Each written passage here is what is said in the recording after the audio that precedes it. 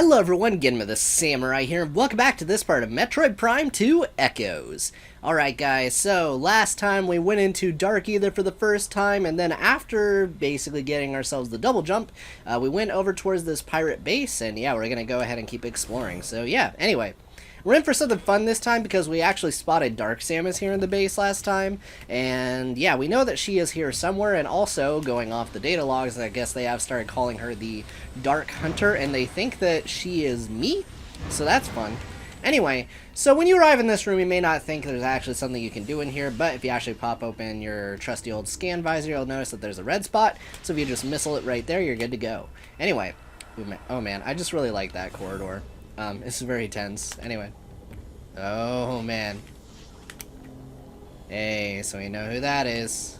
Yep, she's harvesting Phazon, alright. Here we go. Gosh.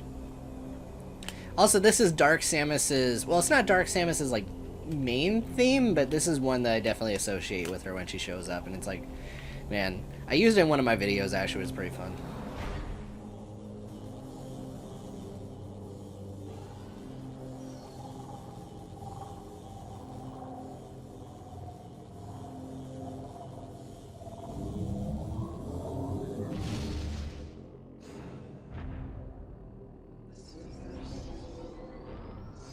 Man, I love this scene.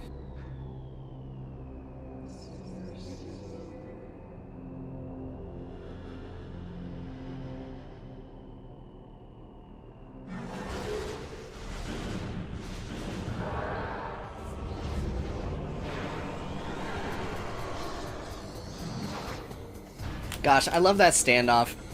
It's just so cool. Anyway, this is Dark Samus's battle theme.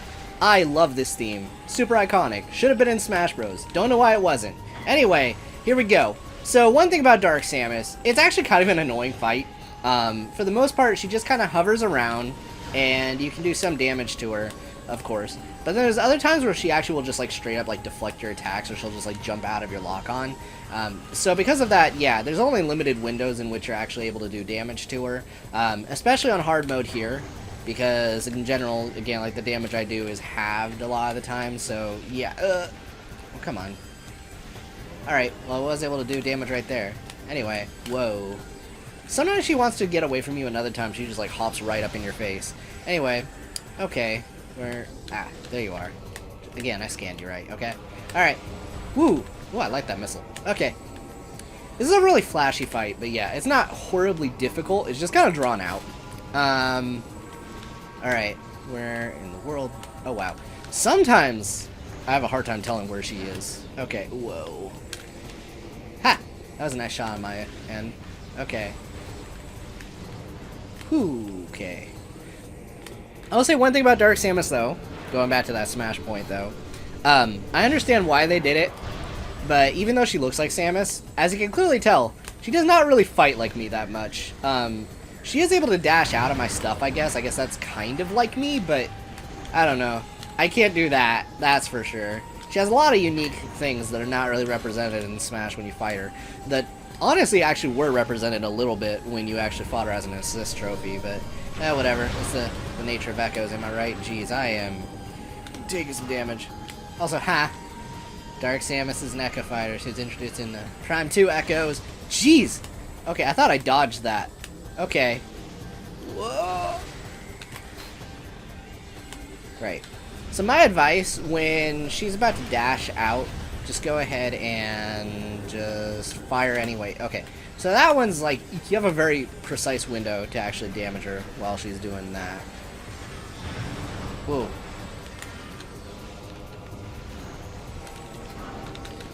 Alright, fine, if you want to play it that way. No! Oh, jeez. The fact that she was just able to sidestep like that.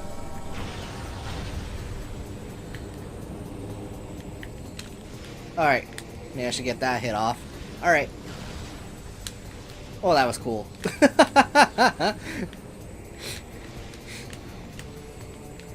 Whoa. Come on. Alright, legit, I have a pitch for the Metroid Prime 4 multiplayer, if they do bring it back and they make it like Prime Hunters. I want some additional characters, and Dark Samus is one of the ones I want.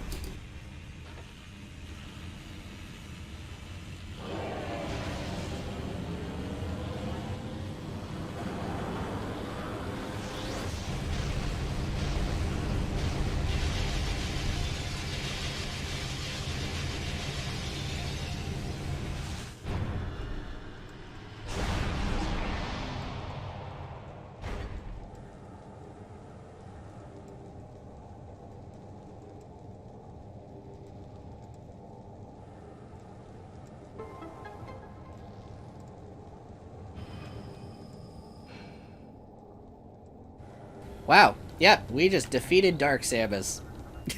For sure. But yeah, no, legit, that was a really fun fight. In general, gosh, oh man, the blue particles. I really like Dark Samus a lot. I don't know. It's definitely kind of a weird element. She's probably the most out of place aspect of this game. I see what they're going for with her in a lot of ways. But I may actually have more to add to that a bit later. But I do have my problems with Dark Samus, that's for sure. Alright, let's go ahead and read this one. Alright. The local war has escalated in intensity. The Shadowlings from Dark Ether have launched an offensive. The assault seems focused on a central network of buildings atop a mountain.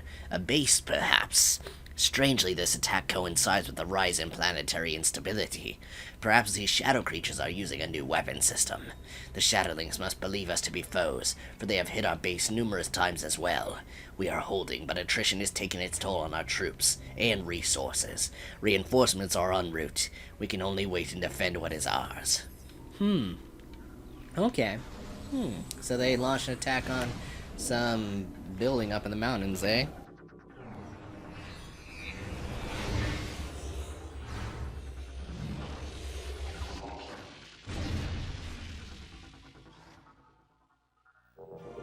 We got ourselves the Dark Beam. Okay, so the Dark Beam is basically...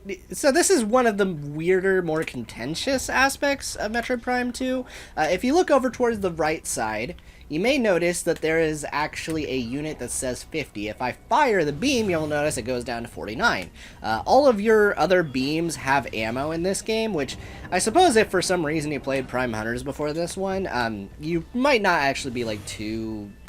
It wouldn't be the first time you'd see that in a Metroid game, but as far as like the main ones, yeah, this definitely was the first time, and it's definitely an interesting change.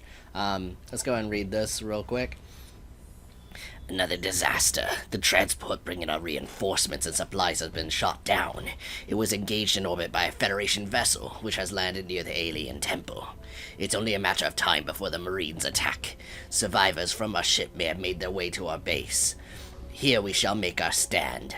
Another enemy, first the Shadowlings, then the Dark Hunter, and now the Galactic Federation Marine Corps. Perhaps fate will smile upon us before the world opens its maw and swallows us. Man, yeah, you guys are very unlucky. Anyway, though, yeah. Putting aside the beam ammo, and I'll go into more of the purpose of that a bit later, but it definitely, you know, gives us a reason to be a little bit more careful as I'm about to use this.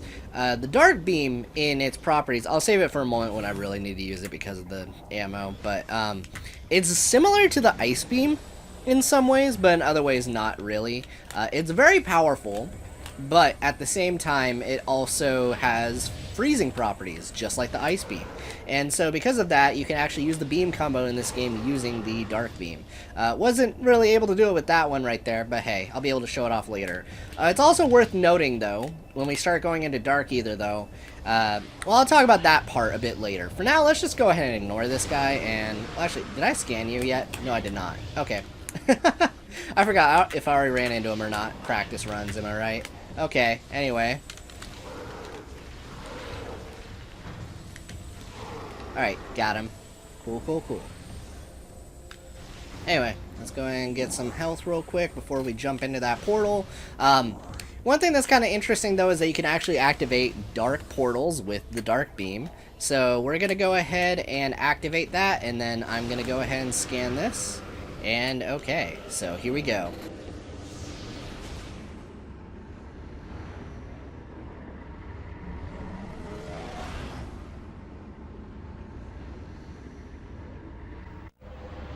Yep. So here we are in the dark world. So a lot of the time, actually more often than not, you guys may have seen that I was using a machine to basically activate a portal earlier. For most of the game, though, we are now actually going to be using the Dark Beam to activate Dark World portals. So yeah, just keep that in mind. In general, though, it's pretty neat. You just want to keep an eye out for those portals and then use them where possible. Actually, really quick, I'm going to go ahead and scan this. So weirdly enough, we kind of have to... This is kind of an interesting gameplay mechanic. Mostly, it's rarely ever, like, used, I guess. But basically, if you manage to get dark energy on a crystal, it will actually, well, make it so you cannot use it. So that's what happened right over here. I'm going to go ahead and use it on this one so I can go ahead and scan it. One thing worth noting, though, the Dark Beam is not actually very effective against the Ing for obvious reasons, since it's actually created from Dark Ether's energy, from as far as I understand. So because of that, yeah, you want to be very careful when using it.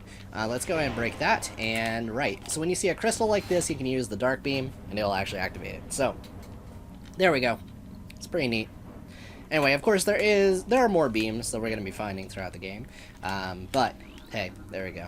So, also that is a Dark Preed. I don't know if you remember that enemy type from Metroid Prime 1, but those ones, when you kill them, they actually explode into gas. Especially right now, though, that is incredibly dangerous, so I want to be kind of careful about that. Anyway, enough about that. We're going to go ahead and proceed onward towards over here. As you can see, there were different colored doors around here that we could actually not interact with yet, so we're just going to proceed this way. So, there we go. Oh, great. So we have an Ing. Nice. Okay. Actually, it'd be really great if I could, like, bait him over there. Oh, wow, it worked. I did not think that was close enough. I knew he wasn't going to get, like, any closer, but... Wow. Okay. Hey, it's one of those moments, we just take those. Let's go ahead and shoot this door, and... Okay. So... Also, this is just going to be kind of weird. Remember this room, in particular. You're going to notice, if I were to look over here, that there's a bunch of, like, cracks and stuff over here. Just, again, remember this room for much later in the game. Like, way later in the game. Like, if you scan it, it'll say Bendesium, and just remember that. Okay. Anyway, I can't actually proceed that way, so we're going to head this way. So, there we go. Okay. Open. Thank you. Okay. Anyway, though, it's kind of interesting. I do want to talk about one aspect of the Dark World that kind of, like, weirds me out. Like, I know the dimensions do affect each other to a degree. I mean, it's used for puzzles, so, I mean, of course they do. But, like, the rules at which they do affect each other is a little bit nebulous in a lot of ways. Because, in some ways, like, I interpreted Dark Ether as, like, maybe the planet after it got hit by the meteor, but then there's a lot of things here that indicate that, you know, like the space pirate base being built here might actually have affected the Dark World and put that stuff into the Dark World. It's one of those things, don't overthink it. It's just it's just kind of a weird thing, I suppose. Anyway, we're gonna go ahead and proceed over here, and okay. So let's go ahead and crawl into this hole. I say crawl, huh? Can Metroid crawl? Let's go ahead and Morph Ball Bomb right there, and just be very careful not to land in the Phazon. Oh god. In particular, you're gonna see like pools of Phazon on the ground. Try not to touch that while you're in the Dark Ether atmosphere. Your HP will drop. This room in particular, terrifying. Yeah, in fact, there's those canisters too. Oh, also you're gonna notice there's a lot of like dead space pirate commandos all over the place. They basically just were not able to tank the atmosphere. So again, I mean, if you didn't get that already, be very careful when exploring. Now, in this room, you're gonna notice there's a door like right over there. It's gonna point it out right now. It has 3 locks, so we have to scan 3 spots to basically unlock it. So we activated one. Another one is actually up here. So, there we go. Let's go ahead and activate that one. Okay. Cool, cool, cool. Alright. Nice. Alright. So that is 2 out of 3 locks deactivated, and now we're going to go ahead and proceed this way. So I don't actually know how far I'm going to be by the end of this part. I know I've already made really good progress. Like, man, it's been 15 minutes and I fought Dark Samus. Honestly, that fight went a lot faster than I thought it would. Okay. So if you can't guess, over here is where the third one is. So we're going to go ahead and jump up here and scan it. Okay.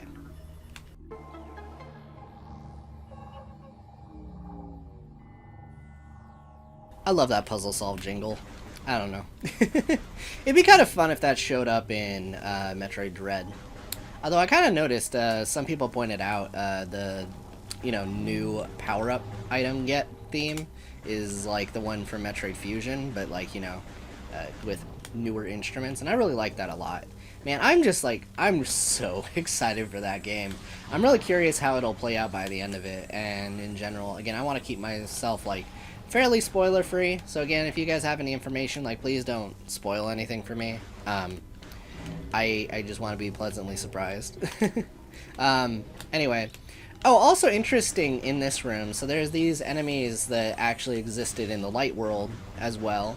And in the dark world, though, they actually actually in both versions of the world, they actually turn invisible a lot. And in this one in particular, they actually are drawn to the light barriers, and they actually like can stand on the light barriers. It's a little weird, but they're kind of like these moth creatures. Alright, so here are some night barbs. So they're kind of like the sand bats in the light world, except like, I don't know. They tend to hover around things in more of a circular pattern, which is usually used as more of like a puzzle thing, I guess, or an annoyance, I suppose. Just things you gotta get rid of so you can actually solve a puzzle, typically. You want to be absolutely careful not to land in water when you're in Dark Ether as well, because it is hazardous. It will drain your HP really fast, so be careful about that. Alright. That was my bad. I should have been a lot more careful. Okay. So let's go ahead and kill these things if possible. Alright, I'm just gonna jump. Alright, here we go. So let's go inside of this door. And, oh look, hey, it's a new thing. So, let's go ahead and grab it.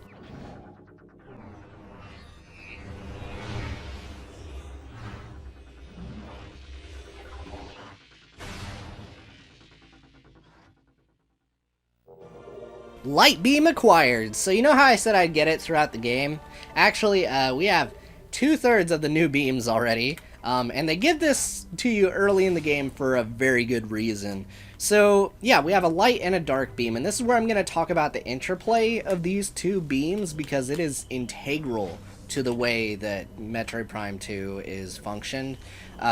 So basically, in the light world, enemies are weak to the dark beam, and in the dark world, enemies are weak to the light beam.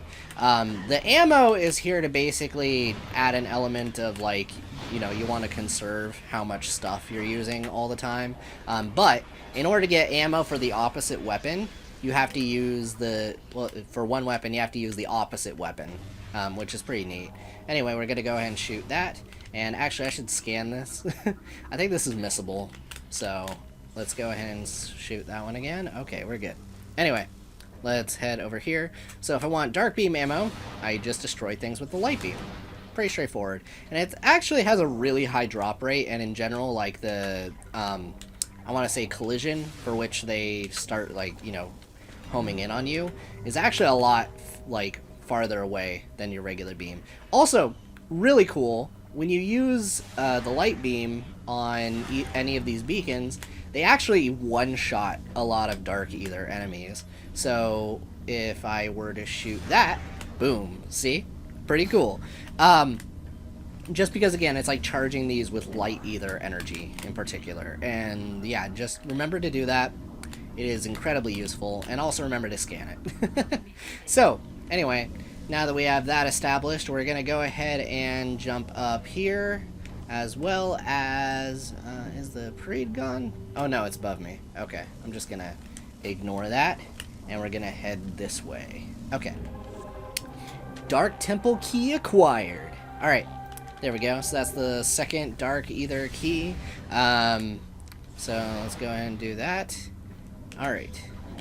Cool, cool, cool, cool, cool.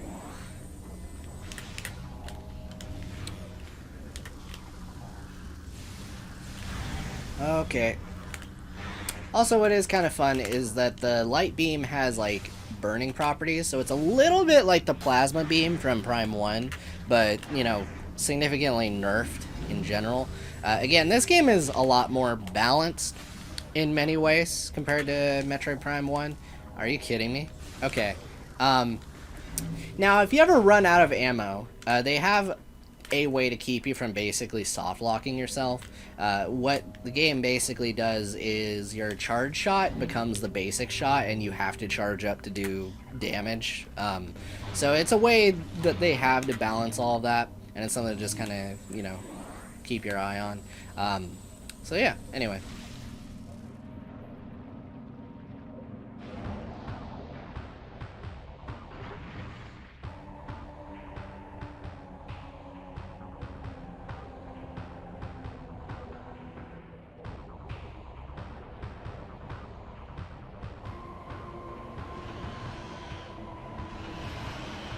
Alright, so first things first, before I even fight these guys, scan that. Scan that? Scan that. This thing only shows up like twice in the game, and it is a permanently missable scan. And you may not think to do that, but yeah, this is a Dark World exclusive locked door that you need to scan. Scan it, okay? Also, you can scan these two. That's not permanently missable, though. I just wanted to emphasize that. Anyway, there we go. Oh, also, earlier in the game, if the Ing ever do that attack to you, it might, like, you know, say that it was an Ing possession attempt that failed. So that's something that's kind of neat. Anyway, so let's go ahead and just destroy that. And cool. So, again, I want to try and conserve my ammo somewhat, though. As you can see, it did a good amount of damage to these. But yeah, this is going to be kind of a gauntlet. So I'm going to use what I have.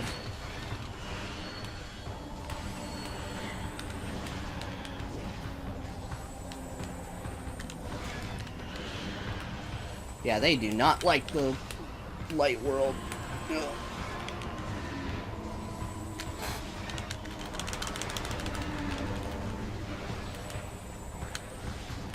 Come on. Just die already. Okay, yeah. So now you're seeing, actually, though, the other beams, even though they use ammo, they are incredibly strong. And actually, if you can get enough hits off with the light beam, like I said, it'll start burning them, which is pretty neat. You can get that going right away if you use a charge shot, but the charge shots use 5 ammo. So you're going to see I actually very rarely use the charge shots, unless I know for a fact I am going to hit them. But, again, on the plus side, they do a lot of damage. Like, a lot. So, anyway, let's go ahead and do that. Okay. Where are you? Alright.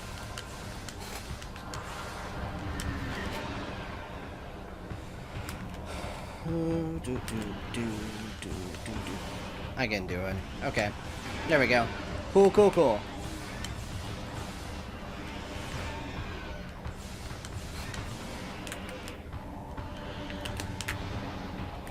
Come on, give me the ammo. Wow, that recharged a lot. Okay. Cool. Any others? Ah, nice.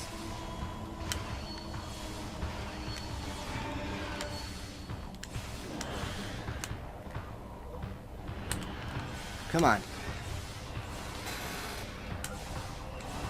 Oh yeah, also worth noting, the light beam actually doesn't have a lot of range to it. So don't try and snipe enemies long distance.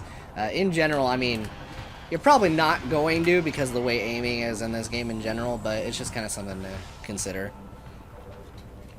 Alright, well there we go. Actually wasn't that bad. Yeah, again, those things only show up like twice in the game from what I remember, so again, just be mindful of that, okay? Anyway, there we go. Cool.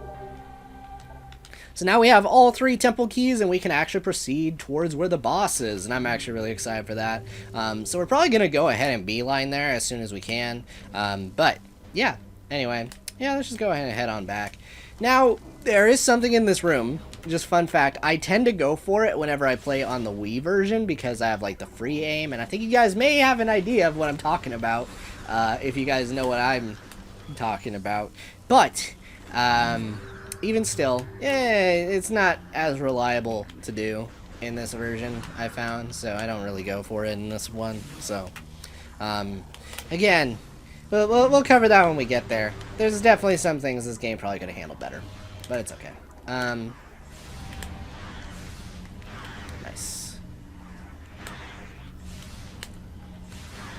Yeah, these guys, they get lit on fire, like, immediately. So that's nice. Okay, go ahead and give me some ammo, please. There actually are some recharge stations around, which is pretty cool. But, yeah. Anyway, I need to go ahead and head to the light world, so I think the nearest portal is at... Yeah, okay, it's back that way. So we'll go ahead and head over there. Right. So yeah, also you're going to need to use the light beam to go to the light world, and then the dark beam to go to the dark world. Again, it's pretty straightforward. So, there we go. Man. I really am curious how they're going to handle Prime 4, though. Because, like, there's some things that Prime 3 did that I don't really like.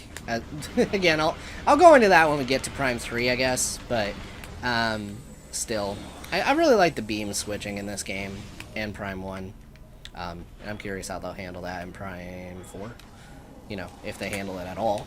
Okay, here we go. Time to go to the light world.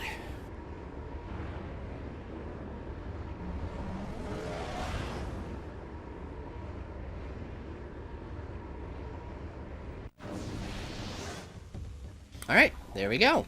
So, now I think I need to head back over that way. Yep. Okay. Cool.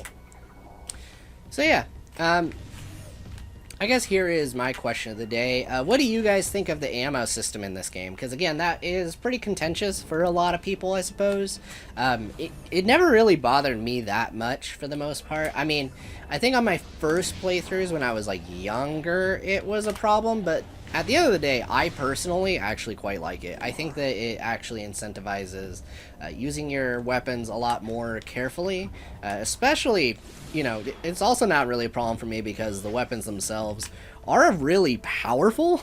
And so because of that, it actually does increase the pace of the game, but also at the same time, I have to think about what I'm doing at the same time. Whereas, like, enemies felt a lot spongier in Metroid Prime 1, and so, yeah, all around, I just think this is an improvement, personally.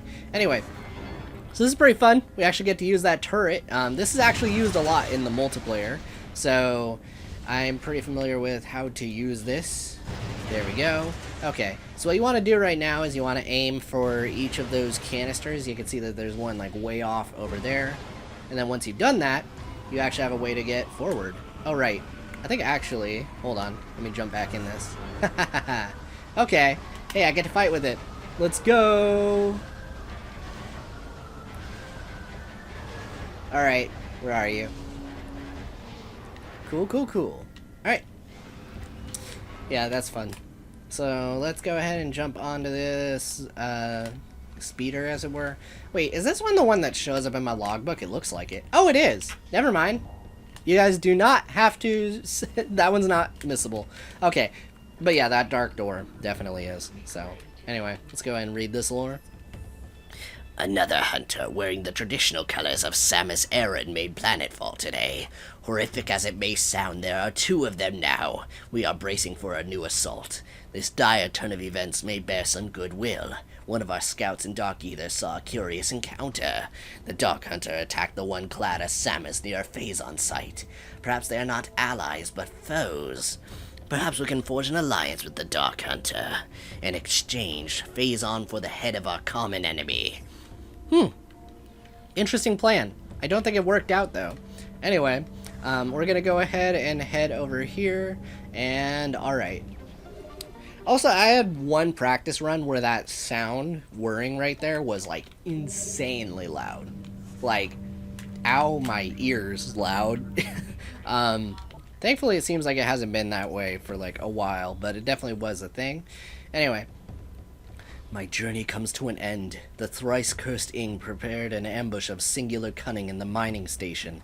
They caught me in it like a neophyte fresh from the training halls? What? I sent 5 score of the number to whatever foul pit they call afterlife, but in vain.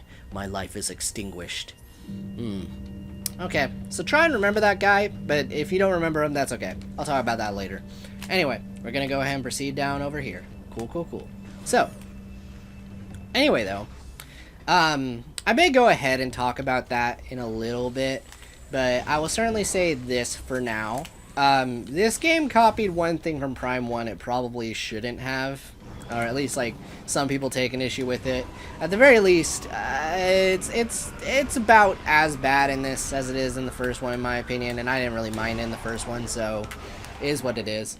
Oh, also it's kind of nice there, I didn't even address it, but what I collected there was actually an expansion to the amount of beam ammo we can carry, so all in all, even less of an issue than it was before. So I don't know, guys, I really don't have an issue with it. If anyone expected me to have an issue with the beam ammo, I really do not. I'm a Fire Emblem player, so like anything having any kind of durability, it's not gonna be a deal breaker for me. I'm sorry. Anyway, in general though, you guys may also remember how long it took me to kill certain enemies with, you know, the regular old power beam, and you're going to see firsthand how much faster it is now that I have the light beam. So yeah, let's go ahead and break that. And okay, I think these are just the regular old. Oh, I didn't actually scan their hive yet. Okay, nice. Hey, we got 40% of all logbook scans. Let's go. Okay. Oh, and I scanned that down there. I thought I didn't. I was checking my footage, and I guess I missed when I scanned it. Hold on, I want to see real quick. Oh, wow. Oh, now it scans that? Okay. Yeah, I scanned it. Huh. Okay. I mean, I'll take it. Alright, time to go to the Dark World, guys. Alright, this is probably going to be another long one, but that's because I want to go ahead and challenge the boss of this area. I'm really excited to do so.